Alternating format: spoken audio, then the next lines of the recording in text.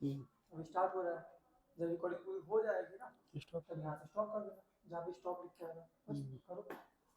ठीक, वो तो स्टार्ट हो ही गया है, हाँ स्टार्ट हो रहा है, फिर से स्टार्ट कर लेंगे, फिर से स्टॉप कर दें। नहीं स्टार्ट स्टार्ट वो रिकॉर्ड स्टार्ट हो गया, रिकॉर्ड हो गया। अच्छा, जय दोस्तों, आपको आज हम बताएंगे जो हमने श्रेणी क्रम समांतर क्रम जो हमने बताया था पहले, जो हमने परिभाषा दी थी, उसी के साथ में मैं कुछ प्रश्न लेकर आया हूँ जो आप लोगों को एसएनसीआई कैरियर क्लासेस के माध्यम से मिलेंगे। और जो मैं आप लोगों से रिक्वेस्ट करता हूँ, जो एसएनसीआई कैरियर क्लासेस जो मेरा यूट्यूब चैनल है, इसको आप लोग सब्सक्राइब भी कर लिया करें, लाइक भी कर लिया, और आगे अपने दोस्तों को, साथियों को, अपने जो क्लासमेट्स वगैरह हैं उनको सबको शेयर भी कर दिया। तो हम चलते हैं अपने क्वेश्चन की श्रृंखला की ओर, देखते हैं। तो क्वेश्चन क्या कह रहा है, क्वेश्चन कह रहा है कि यदि यदि किसी परिपथ में यदि किसी परिपथ में यदि किसी परिपथ में 8 ओम, 5 ओम और 9 ओम के 3 प्रतिरोध श्रेणी क्रम में लगा दिए जाएं, तो कुल प्रतिरोध कितना होगा। कहने का मतलब ये पूछ रहा है कि 8 ओम, 5 ओम और 9 ओम के 3 प्रतिरोध अगर श्रेणी क्रम में लगा दिए जाएं तो कुल प्रतिरोध कितना होगा। कहने का मतलब मैंने आपको पहले बताया है, आपको मैंने पहले बताया कि जो श्रेणी क्रम का होता है वो एक ही सर्कल में बहते हैं। किसमें बहते हैं? एक ही सर्कल में हमेशा बहते हैं, वो हमेशा एक ही सर्कल में बहते हैं। जिसे हमने ये R1 माना, ये R2 है और ये R3 है। एक R1 है, एक R2 है, एक R3 है। ये R1 हो गया, R2 हो गया, R3 हो गया। अब देखो क्या कह रहा है कि यदि किसी परिपथ में 8 ओम और 5 ओम और 9 ओम के 3 प्रतिरोध श्रेणी क्रम में जोड़ दिए। ये चीज ध्यान रखना हमेशा कि काहे में पूछ रहा है, श्रेणी क्रम में पूछ रहा है, तो श्रेणी क्रम के लिए आप सीधे सर्कल बनाएंगे। अगर बैटरी वगैरह वोल्टेज वगैरह मांग रहा होता तो मैं बैटरी वोल्टेज लगा करके तब इसको फिगर को सॉल्व करता। तो श्रेणी क्रम में पूछ रहा है तो R1, R2, R3, तो R1 हमारा जो हो जाएगा वो 8 ओम हो जाएगा, और ये R2 हो जाएगा 5 ओम, और ये हो जाएगा 9 ओम। ठीक है, इसके लिए मैंने फार्मूला आप लोगों को बताया था। जब इसका हम सॉल्व करेंगे, इसके लिए फार्मूला होता है R is equal to R1 plus R2 plus R3। ये फार्मूला होता है बेटा इसका, R is equal to R1 plus R2 और प्लस R3। 1 second, R3। तो अब क्या है, R1 मेरे पास 8 है, R2 हमारे पास 5 है और R3 हमारे पास 9 है। तो बस इसी फार्मूले बेस पे हम इसको सॉल्व कर देंगे, इसी फार्मूले के आधार पे हम सॉल्व कर देंगे। तो R is equal to R1 कितना है 8 ओम प्लस 5 और प्लस 9। तो R इज इक्वल टू हो जाएगा 8 5 13 और 13 9, 13 9 कितना होता है 22, 13 9 22। नहीं है देख लीजिए, 9 5 पीछे देख लीजिए, 9 5 14, 14 8, 14 8 22, 14 8 22 ओम। तो अब नीचे हम लिख सकते हैं परिभाषा, अतः कुल प्रतिरोध कुल प्रतिरोध कुल प्रतिरोध 22 ओम होगा। कुल प्रतिरोध कितना होगा बेटा? 22 ओम होगा। तो यानी यदि किसी परिपथ में 8 ओम, 5 ओम, 9 ओम के 3 प्रतिरोध लगा दिए जाएं, श्रेणी क्रम में जोड़ दिया जाए, तो कुल प्रतिरोध कितना होगा? तो कुल प्रतिरोध आपका 22 ओम होगा। कुछ नहीं है, सीधा प्लस कर देना श्रेणी क्रम। अगर उसमें बैटरी वोल्टेज ये सब कुछ मांग रहा है, ये सब कुछ मांग रहा है, तो उसमें सिचुएशन अलग हो जाती है, लेकिन उसके बाद आगे भी क्वेश्चन आएंगे। तो एक बार क्वेश्चन को आप लोग स्क्रीनशॉट ले लीजिए, देख लीजिए। ठीक है, बढ़ते हैं नेक्स्ट क्वेश्चन की ओर। कि किसी परिपथ में 9 ओम, 5 ओम, 4 ओम के प्रतिरोध समांतर क्रम में लगा दिए जाए। अब यहीं पर देखो आ गया, समांतर क्रम में लगा दिए जाएं तो कुल प्रतिरोध कितना होगा। तो मेन चीज और कुछ नहीं है, हमें यही देखना है कि समांतर क्रम में पूछ रहा है या श्रेणी क्रम में पूछ रहा है या किस चीज में पूछ रहा है। जिस चीज में हमें पूछ रहा है उस चीज में हमको इसका जो है उत्तर देना पड़ेगा। तो समांतर क्रम के लिए हमने आपको बेटा बताया था, जिसमें 3 प्रतिरोध हैं, 9 ओम और 5 ओम, 4 ओम, 3 प्रतिरोध हैं, हम 3 प्रतिरोध बना लेंगे। तीन हमने प्रतिरोध मान लिया, हमने सर्किल लगा दिया ए और बी। एक आपका R1 है, एक आपका R2 है, एक आपका R3 है। अब 9 ओम है, 9 ओम ऊपर R1 हो गया और ये 5 ओम हो गया और ये 4 ओम हो गया। ठीक, तीन प्रतिरोध लगा दिए गए। अब इसके लिए जो फार्मूला होता है वो फार्मूला क्या होता है, इसके सॉल्यूशन की बात करेंगे। जो फार्मूला इसको हमने बताया था पिछले में, 1/R is equal to 1/R1 plus 1/R2 और plus 1/R3।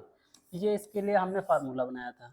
1/R is equal to 1/R1 बटे 1/R2 बटे 1/R3। हाँ, तो अब इसके हम अपने क्वेश्चन की तरफ चलते हैं। क्वेश्चन तरफ क्या कहते हैं, 1/R is equal to 1/R1 कितना बेटा है 9, 1/R2 कितना है 5, 1/R3 कितना है 4। देखिए 1/R इज इक्वल टू कितना हो जाएगा, 1 कॉमन ले लीजिए, 1 कॉमन हो जाएगा 9 5 14 14 4 18, 9 5 14 14 4 18, 1/18। तो अब क्या करेंगे हम, 1 से 1 को कैंसिल कर देंगे, R इज इक्वल टू 18 कर देंगे। 1 से 1 कैंसिल हो जाएगा, R इज इक्वल टू 18 हो जाएगा। तो इसमें हम लिख सकते हैं, इसकी डिफिनेशन हम दे सकते हैं। डिफिनेशन दे रहे हैं, लिखे दे रहे हैं इसमें, देख लीजिएगा है इनको। देखो इसे यहाँ पे हम कर दे रहे हैं, ठीक है। अतः कुल प्रतिरोध पूछ रहा है ना, कुल प्रतिरोध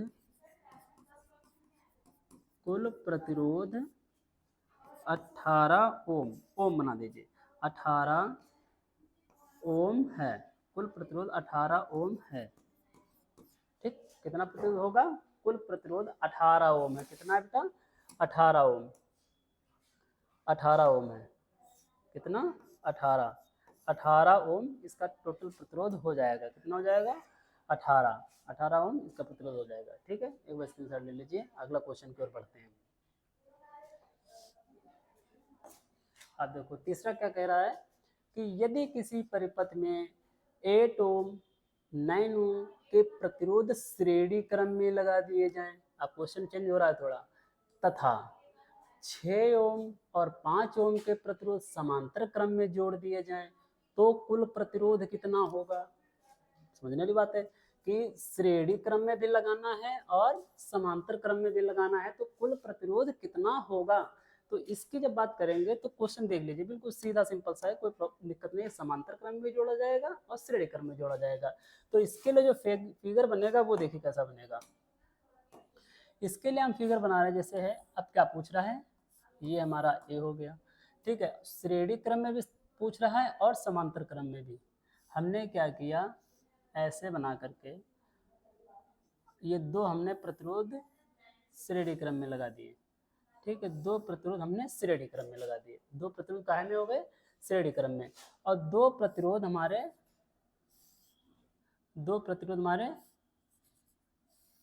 समांतर क्रम में हो गए। ठीक, दो हो गए श्रेणी क्रम में, दो हो गए समांतर क्रम में। अब देखो श्रेणी क्रम के क्या है 8 ओम और 9 ओम, समांतर क्रम का कितना है 6 ओम और 5 ओम। ठीक, 6 ओम और 5 ओम। अब देखो, अब इसको हल करने के लिए बात करते हैं। अगर हम इसको हल करने के लिए बात करें, 1 सेकेंड, इस तरीके से बना सकते हैं, कोई दिक्कत नहीं। बी, ठीक, इस तरीके से। तो एक 8 ओम है श्रेणी क्रम में, यानी आप देखो यहाँ से देखो फिगर को समझ लो पहले कि एक ही सर्किल में जा रहा है, इसका मतलब ये दोनों श्रेणी क्रम में जुड़े होंगे। अब ये दूसरे सर्किल में है, ये भी आपका श्रेणी क्रम में आ सकता है, लेकिन इसमें हमने दो परिपथ पहुंचा दिए हैं, तो इसलिए ये समांतर क्रम में हो जाएगा। दो में चला गया, ये समांतर क्रम में हो जाएगा। ठीक है, तो एक श्रेणी क्रम में होगा, एक समांतर क्रम में होगा, दोनों को हम ले रहे हैं। ठीक, देखते हैं। हाँ, सोल्यूशन की बात करें, सॉल्व जब करेंगे इसको हम, तो पहले हम श्रेणी क्रम वाला हल करेंगे। श्रेणी क्रम R is equal to R1 plus R2, दो ही हैं तो दो ही लिखेंगे। R is equal to R1 कितना है 8 और ये कितना है 9। R is equal to 8 9 17 ohm, R कितना निकला 17। अब दूसरा फिगर यहाँ पे फिर तैयार होगा। दूसरा फिगर ये तैयार होगा, ये दोनों मिल करके अब यहाँ पे कितना बन जाएगा,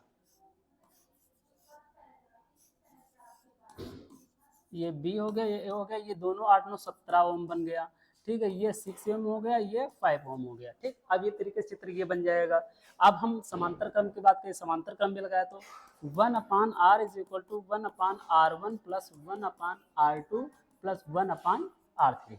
3 फार्मूला बन गए, दो फार्मूला बन गए। यानी चित्र के हिसाब से इसको, क्योंकि श्रेणी क्रम में जोड़ दिया तो दो श्रेणी क्रम में जुड़ करके एक समांतर क्रम का रूप ले लेते हैं।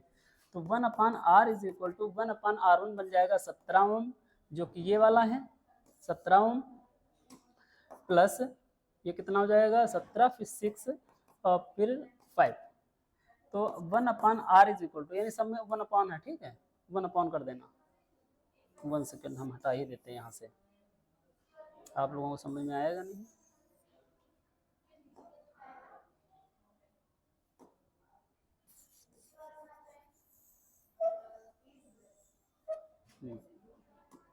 देखिए 1/r is equal to 1/17 plus 1/6 plus 1/5, इस तरीके से है।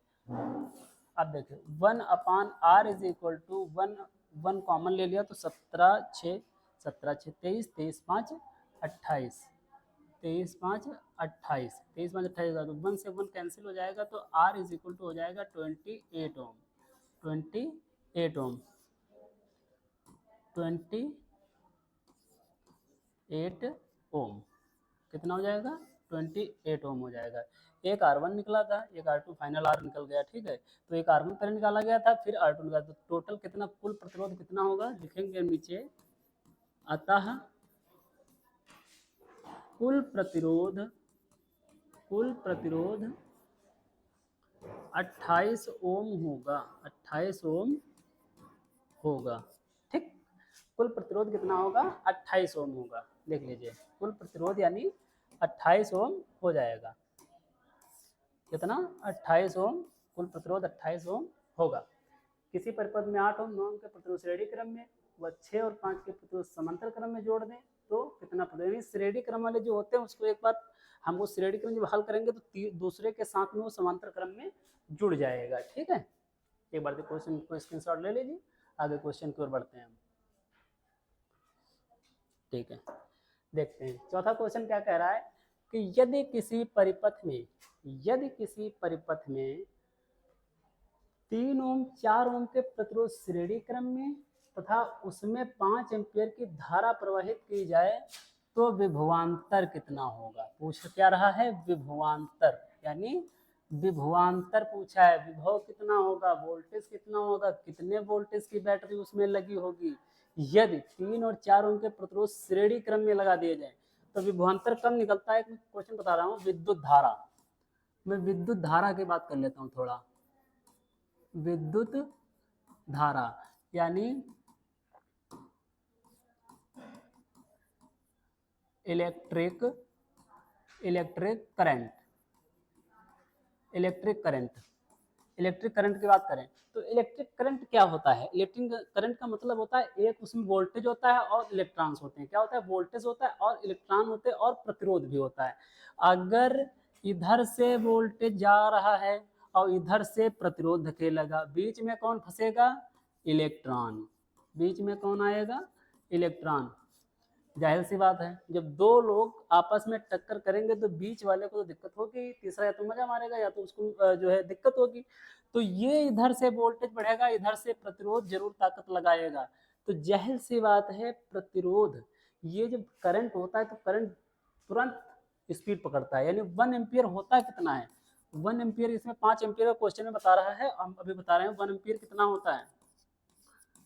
1 एम्पियर जो होता है वो होता है 6.25 गुणे 10 की पावर 18, 6.25 गुणे 10 की पावर 18, इतना 1 एम्पियर में होता है। और जरा सोचो 5 एम्पियर हो या 10 एम्पियर, इसीलिए कभी कभी हम लोग देखते होंगे तार या केबल में हाथ लगाए तुरंत कर ले लेता है, क्योंकि वो अर्थ पकड़ता है। वो अर्थ, क्योंकि इसमें दो चीजें होती हैं, एक होता है फेज,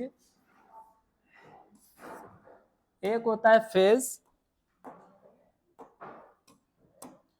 एक होता है फेज और एक होता है न्यूट्रल।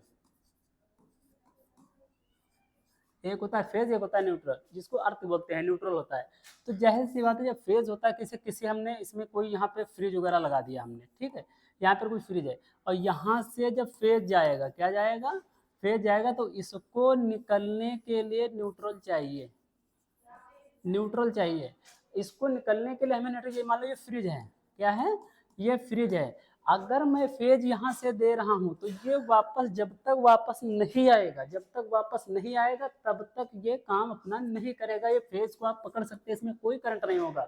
लेकिन जब यहाँ से ये वापस आकर के इधर आएगा, न्यूट्रल से पास होगा, तो इसका मतलब उसमें करंट पैदा हो जाएगा। मान ली कि यहाँ से हमने फेज दिया, यहाँ से हमने फेज दिया, और क्या हुआ कि यहाँ पर कोई इसमें दिक्कत है, इस तार में यहाँ तक नहीं पहुँच पा रहा है, और फिर क्या क्या इसको पकड़ रहा है, किसको, जो फ्रिज आपने जो भी उपकरण लगाया है उसको पकड़ रहा है, उसको पकड़ रहा है। तो कभी कभी हम लोग हाथ लगाते हैं तो क्या होता है, करंट मारता है बहुत तेज से। क्यों, क्योंकि करंट मारता है यहाँ से होकर के नीचे होकर पैरों के माध्यम से नीचे जूते से अर्थिंग कर लेता है। इसलिए जब इलेक्ट्रिसिटी जो बनाने वाला होता है, इलेक्ट्रिक देखने वाला होता है, तो वो क्या करता है, इसमें एक करंट का तार लगा देता है, यानी जो अर्थ दे, क्या दे, अर्थ दे, अर्थिंग वाली केबल लगा देता है, जिससे हमारे किसी भी हमारे मशीन को दिक्कत ना हो, कोई भी मशीन में प्रॉब्लम ना हो। अगर यहाँ पे मान लो इसका पास कर रहा है, अगर एडवांस होती है, अगर फेज एडवांस होता है, ज़्यादा होता है, तो वो अर्थिंग के माध्यम से नीचे उतर जाएगी। तो ये चीज़ें होती हैं इसमें, जिससे होता है, कुछ चीज़ें होती हैं।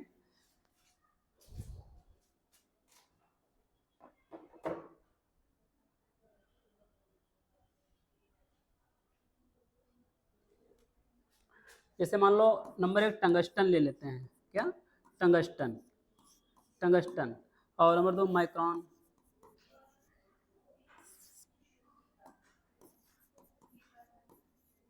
माइक्रॉन, माइक्रॉन हो गया, या आपका थर्ड नंबर कॉपर हो गया, यानी सीयू, ठीक, कॉपर हो गया। तो टंगस्टन का काम क्या होता है, अब टंगस्टन का काम होता है सिर्फ जब वोल्टेज और प्रतिरोध आपस में टकराते हैं, आपस में दबाव, यानी इसको धकेलने का काम करते हैं, कहेगा धकेलने का काम करते हैं, वो उधर पीछे को धकेलने का काम करता है, दोनों आपस में धकेलने का काम करते हैं, इलेक्ट्रॉन और सॉरी प्रतिरोध और वोल्टेज। लेकिन बीच में क्या है, इलेक्ट्रॉन, वो इलेक्ट्रॉन अपनी स्पीड बढ़ा देता है ऑटोमेटिक, जितना ये धकेलेगा उतनी वो स्पीड बढ़ाएगा। तो 1 एम्पियर में कितने होते हैं, 6.25। और टंगस्टन का, जैसे टंगस्टन की बात करते हैं, टंगस्टन का कार्य क्या होता है, जब दोनों आपस में धक्का देते हैं, वोल्टेज और प्रतिरोध, तो ये क्या करता है कि एकदम से लाल हो जाता है, एकदम से लाल हो जाता है। तो वो वही बल्ब में लगा दिया गया इसको, चलो भैया तुम लाल हुए, तुम जलने लगे, तुम जलो, उसको जलने का काम दे दिया। अब माइक्रोन क्या होता है, जैसे आप लोग कोई चीज़ गर्म करते हैं, हीटर वगैरह है, या तो कोई पानी गर्म करने वाली चीज़ है, तो उसमें माइक्रोन लगा दिया कि उसको डालो, बिजली लगाओ, बिजली दो, उसको वोल्टेज प्रतिरोध दो, ऑटोमेटिक ये इलेक्ट्रॉन निकालने लगेगा बाहर। और कॉपर का क्या होता है, जैसे तार होते हैं, 2 तार होते हैं इसे 2 केबल होते हैं। मान लीजिए ये तार है, और एक होता है तार, एक गर्म तार होता है, एक नरम तार दिया जाता है। नरम मतलब गर्म का जैसे होता है लाल, जो लाल वाला होता है, जो लाल कलर का होता है, लाल दिया जाता है, उसको कहते हैं फेज, वो फेज के लिए होता है। और जो काला होता है, यानी काला हो, या आपको नीला भी दे सकते हैं, काला, नीला, पीला जो भी दे सकते हैं, वो लाल मतलब लाल वाला ज़्यादातर करके फेज होता है। ये होता है जो न्यूट्रल होता है, क्या होता है, न्यूट्रल होता है ये न्यूट्रल होता है, जैसे ये तार है, न्यूट्रल है। तो न्यूट्रल का काम यही है, ये वाला जो तार होगा वो लाल होगा, और ये वाला जो तार होगा वो न्यूट्रल होगा। तो इसीलिए कभी कभी देखा होगा, जो इलेक्ट्रिक वाला आता है वो पकड़ के खींच देता है, वो यही बताता है आपने, मतलब लाइट आती रहती है और वो बना देता है, और तो आपसे यही कहता है कि हमको छूना मत, हमसे दूर रहना, क्योंकि जब तुम छू लोगे उसको तो क्या होगा, अर्थिंग, क्योंकि वो जो इलेक्ट्रिक बनाने वाला है वो हो गया फेज, और आप जो उसको पकड़ेंगे ना, तो आप हो गए न्यूट्रल हो गए। न्यूट्रल के माध्यम से इलेक्ट्रिसिटी नीचे उतर जाएगी, तब आप लोगों को अर्थ लगेगी, उसको भी अर्थिंग लगेगी, ठीक है। तो कॉपर का काम क्या होता है, कॉपर एक नरम होता है, गर्म होता है, तो उसमें दिक्कत नहीं होती। तो ज्यादातर तार एक फेज और न्यूट्रल, इसके लिए कॉपर का काम क्या है, ऐंठना, कॉपर का काम ऐंठना। तो उसको क्या किया, पंखे में लगा दिया, कॉइल, चलो भैया घूमो, उसको कॉइल का काम कर दिया है, ठीक है। इस तरीके से जो चीज होती है, और विद्युत धारा इस तरीके से बहती है, क्योंकि वोल्टेज लगता है, प्रतिरोध लगता है, जब आपस में टकराव होता है तो इलेक्ट्रॉन उसमें से बाहर निकल पड़ते हैं। तो हम बढ़ते हैं क्वेश्चन की ओर, कि कि यदि किसी परिपथ में 3 और 4 ओम के प्रतिरोध श्रेणी क्रम में जोड़ दी, उसमें 5 एम्पीयर की धारा लगा दिया तो कितना होगा, विभवांतर कितना होगा? देखते हैं। हाँ, फिगर की बात करें, यानी किसी परिपथ में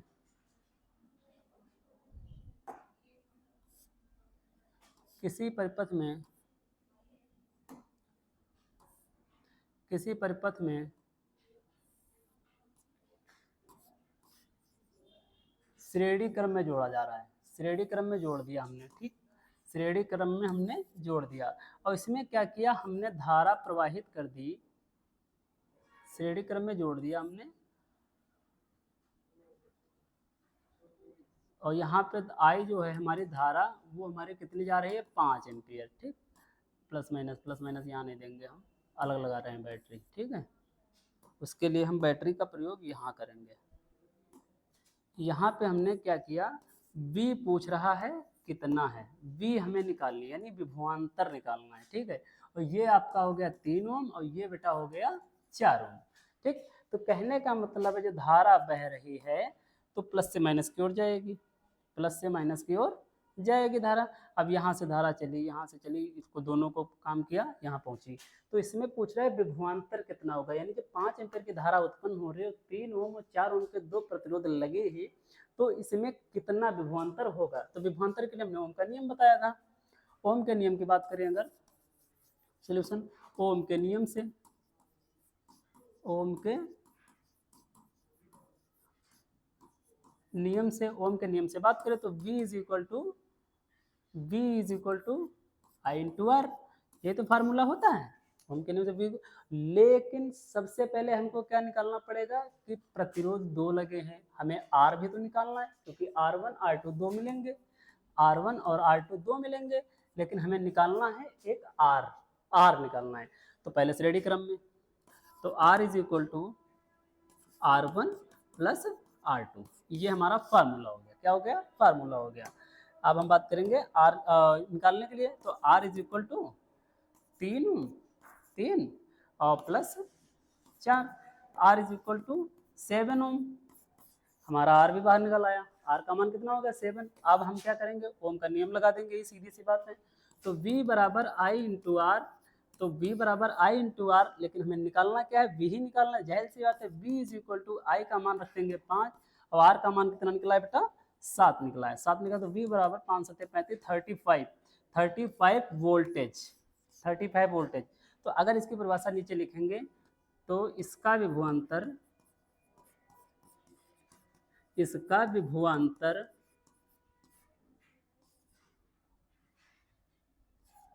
35, इसका विभवांतर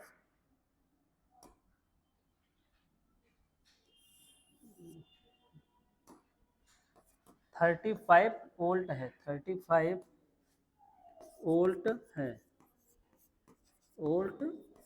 कितना होगा, इसका विभवांतर कितना होगा हमारा, 35 वोल्ट होगा, 35 वोल्ट, ठीक, लिख लो उनका जैसे, ठीक, फिगर समझ लो।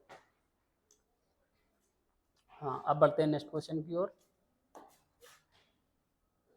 नेक्स्ट क्वेश्चन, और आज का ये लास्ट क्वेश्चन है, आज के वीडियो का ये लास्ट क्वेश्चन है, और आगे भी हम वीडियो में ऐसे ही क्वेश्चन कुछ लेकर के आएंगे, या हम परिभाषा लेकर आएंगे, कुछ जो भी आएगा सब इम्पोर्टेंट आपका मटेरियल आएगा, कक्षा 10 के लिए, कक्षा 12 के लिए, कक्षा 11, जो भी आएगा मटेरियल वो सब इम्पोर्टेंट ही आएगा। पूछ रहा है कि यदि किसी परिपथ में 11 ओम 18 ओम श्रेणी क्रम में तथा 16 ओम 9 ओम के समांतर क्रम में तथा उसमें विभवांतर 40 वोल्ट हो तो धारा का मान ज्ञात करो। अब इसमें आई हमें डिफाइन करना है, आई निकालनी है, आई कितनी होगी इसकी, है ना। तो आई कितना निकलेगा, अब देखो पहले फिगर बनाओ। यदि किसी परिपथ में फिगर बने बनाए बहुत कम आते हैं, कभी कभी बने बनाए जाते हैं, उसको आपको बनाना पड़ता है, और ये कभी कभी इसको बनाना पड़ता है, नहीं बने बनाए तो उसको हल कर दो केवल। अगर नहीं बने बनाए आते हैं तो उसमें क्या करता है एग्जामिनर, सिर्फ क्वेश्चन दे देता है, फिगर को अपने आप से क्रिएट करना पड़ता है, उसमें कोई प्रॉब्लम नहीं, घबराओ मत। अब हमने इसमें क्या किया कि 11 ओम और 18 ओम, हमने क्या किया 11 ओम और यहाँ प्रतिरोध नहीं लगाते हैं। एक 18 ओम, ठीक, 18 ओम, 11 ओम, 18 ओम, और क्या कितना लगा है तथा 16 ओम और 9 ओम, 16 ओम और 9 ओम। यहाँ पे हमारा वोल्टेज जो लगा रहा है इसमें 40 वोल्ट लगा रहा है, 40 वोल्ट, ठीक। अब यहाँ पे एक 11 ओम एक 18 ओम हो गया, ठीक, और कितना है 16 ओम और 9 ओम। हमने क्या किया, यहाँ पे प्रतिरोध लगा दिया एक हमने यहाँ पर प्रतिरोध लगा दिया, ये समांतर क्रम में हो गया, ठीक। बी और ए 40 वोल्ट लग गया। धारा हमारी बह रही है, धारा हमारी बह रही है, आई हमको निकालनी है, आई निकालनी की कितनी धारा बह रही है, तो ये है 11 ओम, यही एक ही सर्कल में आ रहा है, तो ये हो जाएगा 18 ओम, ये अलग अलग प्रतिरोध लगे हैं, ये हो जाएगा 16 ओम, और ये ले लीजिए 9 ओम, ठीक। तो हमें सबसे पहले इसमें निकालना क्या है, निकालना क्या है, हमें आई का मान पूछा है, काय का मान पूछा है, आई का मान पूछा है तो पहले आई निकालने के लिए पहले हमें श्रेणी क्रम समांतर क्रम दोनों हल करने पड़ेंगे, श्रेणी क्रम और समांतर क्रम दोनों को हल करना पड़ेगा। अब देखिए 11 ओम एक ही परपथ में धारा बह रही है, तो मतलब बता चुके हैं एक ही परपथ में जब धारा बहे तो जाहिर सी बात है वो श्रेणी क्रम में होगा। तो सोल्यूशन में पहले श्रेणी क्रम लगाएंगे, R is equal to R1 plus R2, formula जरूर लगाना। R is equal to R1 हमारा है 11 ओम, R1 हमारा है 11 ओम और प्लस ये है 18 ओम, 18 ओम, तो R इज इक्वल टू 11 18 कितना हो गया, तथा 28 28 से 29 ओम हो गया, ठीक। अब एक चित्र और बन जाएगा, इस तरीके से कि इसको ऐसे हम बना देते हैं कि दूसरे चित्र बन जाएगा, एक ये हो गया और यहाँ पे बैटरी लगी है प्लस माइनस 40 वोल्ट की बैटरी लगी है। और यहाँ पे हमने क्या किया, इसको एक इस तरीके से दे दिया और एक इस तरीके से दे दिया, ठीक। ये बन गया आपका 29 ओम, ठीक, और ये बन गया आपका 9 ओम और ये बन गया आपका 16 ओम, ठीक। इस तरीके से चित्र बन गया, अब समांतर क्रम का फार्मूला लगा देंगे, तो 1/r is equal to 1/r1 plus 1/r2 plus 1/r3, 1/r1 और 1/r2 1/r3 फार्मूला लगा, 1/r is equal to 1/r1 कितना, r1 इसको माना जाएगा, r1 कितना होगा 29 और प्लस 1/9 प्लस 1/16, ये हो गया।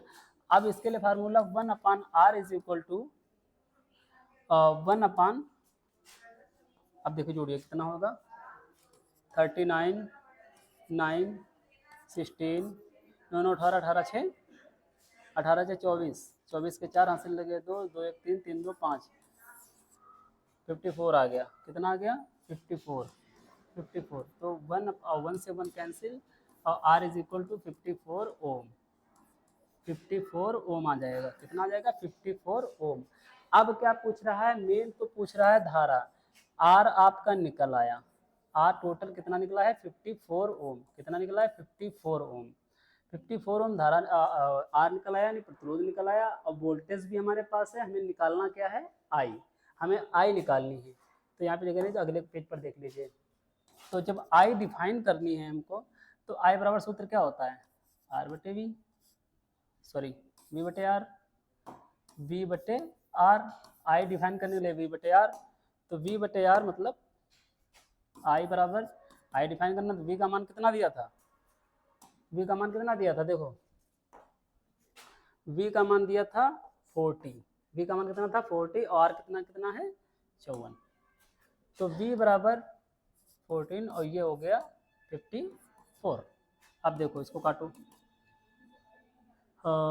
2 20 40, 2 दूनी 4 214, 20/27 आ गया, तो ये कटेगा नहीं कटेगा, तो 20 को हमें क्या करना पड़ेगा 27 से भाग देना पड़ेगा, तो I बराबर 20 को 27 से भाग दे दीजिए, सीधी सी बात है, 27 से जब भाग देंगे तो 0.0200 हो गया, 0.200 हो गया। अब देख लीजिए, भाग करिए इसको, भाग करके फटाफट आंसर दो।